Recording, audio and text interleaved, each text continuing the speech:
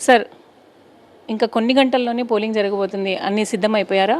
ఒకవేళ ప్రజలు ఇప్పుడు మీకు ఓటు వేయాలంటే ఎందుకు వేయాలి, ఏం చెప్తారు? మీ సమాధానం ఏంటి? కొన్ని గంటలు సిద్ధమంటే దాదాపు మేము 2 ఏళ్ల ముందు నుంచి సిద్ధంగానే ఉన్నాం, సంవత్సరం ముందు ఉన్నాం, ఎప్పుడు ఎన్నికలైనా సిద్ధంగానే ఉన్నాం. ఎందువల్లంటే డే 1 నుంచి వచ్చిన రోజు నుంచి ప్రజలు ఏ మ్యాండేట్ అయితే ఇచ్చారో, ప్రజలకు ఏమి హామీలు ఇచ్చారో అవి ఫస్ట్ ఇయర్లోనే చాలా వరకు పూర్తి చేయడం జగన్మోహన్ రెడ్డి గారు.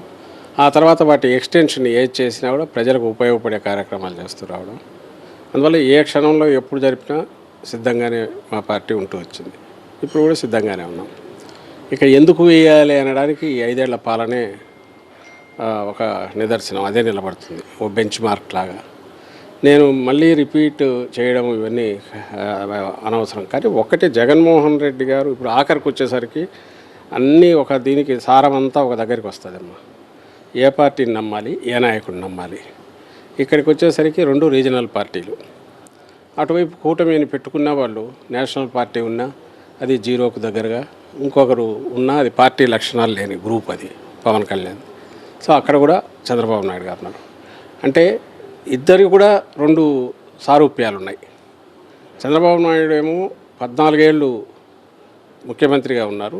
దాంట్లో 14-19 మధ్య రీసెంట్ పీరియడ్లో ముఖ్యమంత్రిగా ఉన్నారు రాష్ట్రానికి. జగన్మోహన్ రెడ్డి గారు ఫస్ట్ టర్మ్ 5 ఇయర్స్ ఉన్నారు. అంటే ఇద్దరు రూలింగ్ పాలన అనుభవం ఉంది.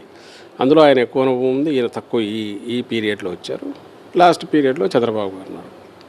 రీజనల్ పార్టీల్లో ఇప్పుడు జాతీయ పార్టీలోనే లీడర్ బేస్డ్ ఇదిగా నడుస్తుంది. బీజేపీ అంటే మోడీ గారు అంటాం. అట్లాగే ఇంక రీజనల్ పార్టీలో సహజంగానే జాతీయ పార్టీలోనే ఉన్నప్పుడు ఇక్కడ కూడా వ్యక్తులే ప్రధానం అవుతారు. అలాగే వైఎస్ఆర్సీపీ అంటే జగన్మోహన్ రెడ్డి గారు, టీడీపీ అంటే నారా చంద్రబాబు నాయుడు గారు, వీళ్ళిద్దరు. అప్పుడు కావాల్సింది, జనం చూస్ చేసుకోవాల్సింది, వైఎస్ఆర్సీపీ అంటే జగన్మోహన్ రెడ్డి గారిని కంటిన్యూ చేయాలన్నా, లేదా 14-19 మధ్య పాలించిన నారా చంద్రబాబు నాయుడు అంటే టీడీపీని మళ్ళీ తెచ్చుకోవాలన్నా. ఈ రెండింటి మధ్య ఇక్కడ మేము అనుకోవడం, మాకు 100కు ఒక 200 మార్కులు జగన్మోహన్ రెడ్డి గారికి వస్తాయి. ప్రజలు కూడా అదే అనుకుంటున్నారని గట్టిగా ఎక్కడికి పోయినా కనిపిస్తుంది. కారణం ఏమిటి అంటే, ఏదైతే చేయగలనో అదే చెప్పి, ఆ చేయగలిగిన వాటిని పూర్తిగా అమలు చేసి, అవి కూడా దాని ఫలితాలు కూడా మరింత ప్రతి పేదకు ఉపయోగపడేట్టు, లేదంటే రాష్ట్రానికి ఉపయోగపడేటట్టు అలాంటి స్కీములు తీసుకొచ్చి పరిపాలనను కింది వరకు తీసుకెళ్ళగలిగి, ఒక ఆదర్శప్రాయమైన పాలన అంటే ఇక్కడ ఉంది. కోర్ సెక్టర్స్ విద్య, వైద్యం, వ్యవసాయం లాంటి మీద ఫోకస్తో దేశంలోనే అగ్రగామిగా దీన్ని తీసుకురావడం. ఇట్లా మహిళా సాధికారత, అట్టడుగు వర్గాల సాధికారత, ఇలా చెప్పుకుంటూ పోతే ఒక రికార్డే ఉంది. అలాగే పల్లె రూపమే మారిపోయింది. ఎప్పుడైతే డీసెంట్రలైజేషన్ కింది వరకు తీసుకెళ్ళామో, విలేజ్ సెక్రటరీస్ కానీ వాలంటీర్ల సిస్టమ్ కానీ తెచ్చి, మీకు రైతులకు సంబంధించి, హెల్త్కి సంబంధించి, ఎడ్యుకేషన్కి సంబంధించి, కింద ఎల్కేజీ కింద నుంచి ప్రీ ప్రైమరీ దగ్గర నుంచి యూజీ పోస్ట్ పీజీ వరకు ఓ పాలసీ, ఎడ్యుకేషన్ పాలసీ మార్చడం.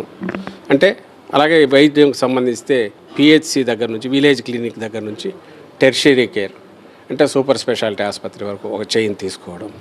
అలాగే అగ్రికల్చర్ మొత్తం ఇక్కడ కింద గ్రాస్ రూట్ లెవెల్లో ఆర్బీకేలను పెట్టి దాన్ని హబ్గా చేసి, అంటే రైతులకు సంబంధించిన అన్ని యాక్టివిటీస్కు అది కేంద్రంగా చేసి, వాళ్ళకు మొత్తం సంబంధించిన ఇన్పుట్స్ అక్కడ ఇవ్వడము, అక్కడ నుంచి వచ్చింది తీసుకోవడం, మార్కెటింగ్ దగ్గర నుంచి, అంటే విత్తనం దగ్గర నుంచి విక్రయం వరకు హెల్ప్ ఇస్తూ దీన్ని యూనివర్సిటీలతో అనుసంధానం చేయడము.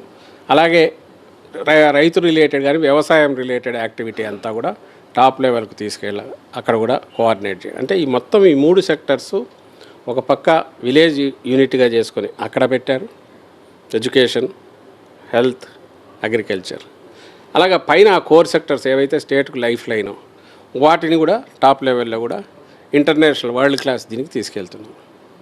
ఇది కాక కన్వెన్షనల్ డెవలప్మెంట్కు భిన్నంగా మనకున్న పెద్ద స్ట్రెంగ్త్, డిసడ్వాంటేజ్ అని ఎన్నెన్నా మన అడ్వాంటేజ్ వచ్చి కోస్ట్ లైన్. 950 కిలోమీటర్ల దాకా ఉన్న కోస్ట్ లైన్ను మొత్తం ఆప్టిమమ్ యూటిలైజ్ చేసుకోవడం. అంటే పోర్ట్లు పెరగాలి, ఫిషింగ్ హార్బర్లు పెరగాలి, పోర్ట్లు 4 కొత్త పోర్ట్లు రెడీ అవుతున్నాయి. నేను ప్రెస్ కాన్ఫరెన్స్లో చూపించాను.